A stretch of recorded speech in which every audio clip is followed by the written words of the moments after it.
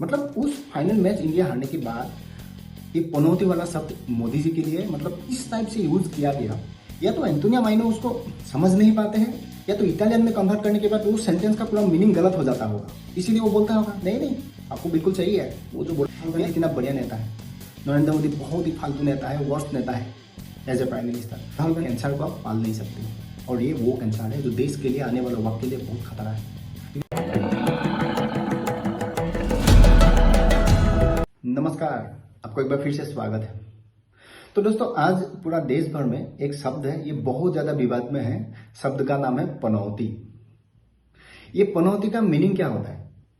पनौती का मीनिंग होता है अशुभ, और इसको खास करके जो महाराष्ट्र है ना वहां पर ज्यादा यूज किया जाता है ये शब्द को।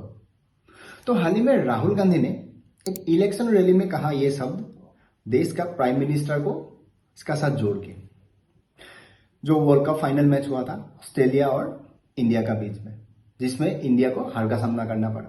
मतलब राहुल गांधी का कहना है वो इंडिया टीम पूरा टूर्नामेंट में सही खेल रहा था, 10 मैच जीत चुका था, फाइनल हार गया क्योंकि नरेंद्र मोदी वो मैच देखने के लिए आया था।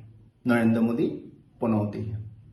लेकिन ये बयान देने के बाद राहुल गांधी विवाद में फंस गया और बुरी तरह से फंसा। तो मैं आगे जरूर बताता हूं ये क्यों फंसा और इसका आगे क्या होने वाला है, तो वीडियो एंड तक जरूर देखिएगा। अगर आपने मेरा चैनल को अभी तक सब्सक्राइब नहीं किया है वो कर लीजिए, आपके लिए वो फ्री है, मेरे लिए बहुत मायने रखते हैं। साथ में नोटिफिकेशन बेल ऑन कर लीजिएगा। इसे राहुल गांधी के लिए कोई नया बात तो है नहीं, इससे पहले भी हमने देखा राफेल वाला केस में चौकीदार चोर है इस टाइप का नारा लगाया था उन्होंने, बाद में सुप्रीम कोर्ट का कहने पर उसको माफी मांगना पड़ा। तो इस बार भी उसको जवाब देना पड़ेगा। इलेक्शन कमीशन ने उसको एक नोटिस इशू कर दिया कि भैया आप एक्सप्लेन कीजिए, आपने ये बात जो कहा देश के प्राइम मिनिस्टर को क्यों कहा, कौन सा वे में कहा, इनको आप एक्सप्लेन करना पड़ेगा। वो तो कर देगा, खैर कोई बड़ी बात नहीं है, लेकिन देश की जनता देख रहा है। और ममता बनर्जी वेस्ट बंगाल का जो चीफ मिनिस्टर, वो तो एक कदम ऊपर है। मतलब उस फाइनल मैच इंडिया हारने के बाद ये पनौती वाला शब्द मोदी जी के लिए मतलब इस टाइप से यूज किया गया।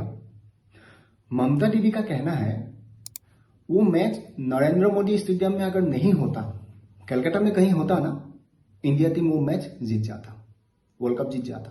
क्योंकि उस मैच को देखने के लिए एक पापी गया था, इसीलिए इंडिया टीम नहीं जीता। वो पापी कौन है? देश का प्राइम मिनिस्टर। इस टाइप का बयान मतलब देना स्टार्ट कर दिया। इंडिया एयरलाइंस का ये जो बड़े बड़े नेता है, इन लोगों का दिमाग में ना एक कीड़ा भरा पड़ा हुआ है। ये एक आदत कर लिया इन लोगों ने कि हम लोगों को भविष्यवाणी कहने में बड़ा मजा आता है। ये जो कीड़ा है ना भविष्यवाणी कहने का, ये भरा पड़ा हुआ है, चाहे वो इलेक्शन में हो या गेम को लेके हो।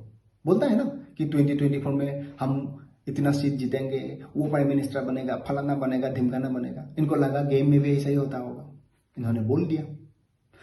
लेकिन गेम तो अलग बात है, देश के प्राइम मिनिस्टर को तुमने पापी और पनौती जैसा शब्द कह दिया तो देश की जनता को ये जो संवाद है क्लियर पहुंच गया। तो उसके बाद इन लोगों ने सोचा यार हम लोगों ने कुछ ज्यादा बोल दिया। तो इनका जो ये दलाल पत्रकार है, मूर्ख वाला जो गैंग है, इनका जो ये स्पोक पर्सन है, अब ये सामने आने लगा। ये आके बोल रहा है ये जो शब्द है, चाहे वो पनौती हो या पापी हो, ये देश के प्राइम मिनिस्टर के लिए थोड़ी ना बोला जा रहा था। ये तो ऐसे बोल दिया था किसी दूसरे के लिए, मान लेते हैं किसी दूसरे के लिए बोला गया है, लेकिन वो कौन है? वहां पर 1.3 लाख देश की जनता ने वो मैच देख रहा था, जहां पर एक्स क्रिकेटर्स थे, बॉलीवुड का स्टार्स भी था। तो किसको कहा गया था ये एक्सप्लेनेशन देना पड़ेगा। इनफैक्ट ये जो इलेक्शन कमीशन ने जो नोटिस दिया वहां पर भी उसको बोलना पड़ेगा, क्योंकि देश की जनता भली भांति ये देख रहा है। तुम लोगों ने पॉलिटिक्स का नाते जो बोलना था बोल दिया, लेकिन जनता तो समझदार है ना, देश की जनता को भली भांति मालूम है। इनका जो ये गेम है ना, पहले गाली दो उसके बाद उसको डिफेंड करो, इनका ये आदत है। अब कोई फायदा नहीं, चाहे वो दलाल पत्रकार एक्सप्लेनेशन दे, इसका जो मूर्ख है जितना वो एक्सप्लेनेशन दे, या फिर उनका जो स्पोक पर्सन है वो एक्सप्लेनेशन दे, कोई फायदा नहीं है। देश की जनता जानते हैं।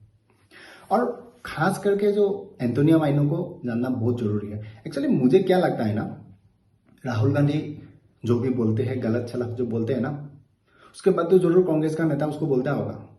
एक्चुअली प्रॉब्लम यहां पर क्या है ना, एंटोनियो माइनो को हिंदी समझ में नहीं आता है, वो बोल भी नहीं सकता है ठीक से और शायद ही समझ में भी नहीं आता है। अपना देश का जो भी लीडर कांग्रेस का होता है वो तो जो राहुल गांधी गलतियां करता है वो तो जरूर बोलता ही होगा ना कि मैडम ये जो बोला है ना ये गलत शब्द है और ये जो किया ये गलत है। या तो एंटोनियो माइनो उसको समझ नहीं पाते हैं या तो इटालियन में कन्वर्ट करने के बाद वो सेंटेंस का पूरा मीनिंग गलत हो जाता होगा, इसीलिए वो बोलता होगा नहीं नहीं आपको बिल्कुल सही है, वो जो बोल रहे हैं वही सही है। इसीलिए शायद ये राहुल गांधी कभी नहीं सुधरते हैं। होता है ना, लोग जितना मेच्योर्ड होता है उसके बाद अपनी जो लाइफ का एक्सपीरियंस होता है उससे सीखता है, लेकिन राहुल गांधी कभी नहीं सीखता है, उसको सीखने का जरूरत ही नहीं है ना। इनका हर हरकतें आप देख लो, एक एक एग्जाम्पल आप उठा के देख लो, आपको मालूम पड़ जाएगा किस टाइप का ये पॉलिटिशियन है।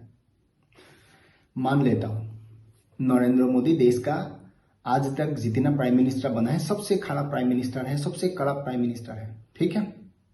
राहुल गांधी को प्राइम मिनिस्टर बनना है। 2008 में जितना वोटिंग मतलब मतदाता जितना था देश भर में उससे ज्यादा 2014 में ज्यादा है कंपैरेटिवली। 2014 के बाद 2019 में उससे ज्यादा है, 19 के बाद 2024 में उससे भी ज्यादा होगा, क्योंकि देश में जो पॉपुलेशन बढ़ेगा जो ये मतदाता है वो भी बढ़ेगा ना। अगर राहुल गांधी इतना सही नेता है, राहुल गांधी प्राइम मिनिस्टर बनने से ये देश रातों रात मतलब दुनिया का नंबर 1 इकोनॉमी बन जाएगा, डिफेंस में नंबर 1 हो जाएगा दुनिया में, हर वो क्षेत्र में इंडिया आगे बढ़ जाएगा जिसका मतलब कोई आज का दिन में एक्सपेक्ट ही नहीं कर सकता है। मतलब स्वर्ग बन जाएगा, ये पूरा एकदम जन्नत बन जाएगा। और उससे क्या होगा ना, राहुल गांधी का जो ये फेवरेट सपोर्टर है उन लोगों को ये अल्लाह के नाम लेकर लोगों का गला नहीं काटना पड़ेगा, बहुत तो ऊपर जाके नहीं मिलना है क्योंकि ये हेवन हो जाएगा तो यहीं पे मिल जाएगा, राइट। राहुल गांधी इतना बढ़िया नेता है, नरेंद्र मोदी बहुत ही फालतू नेता है, वर्स्ट नेता है एज ए प्राइम मिनिस्टर।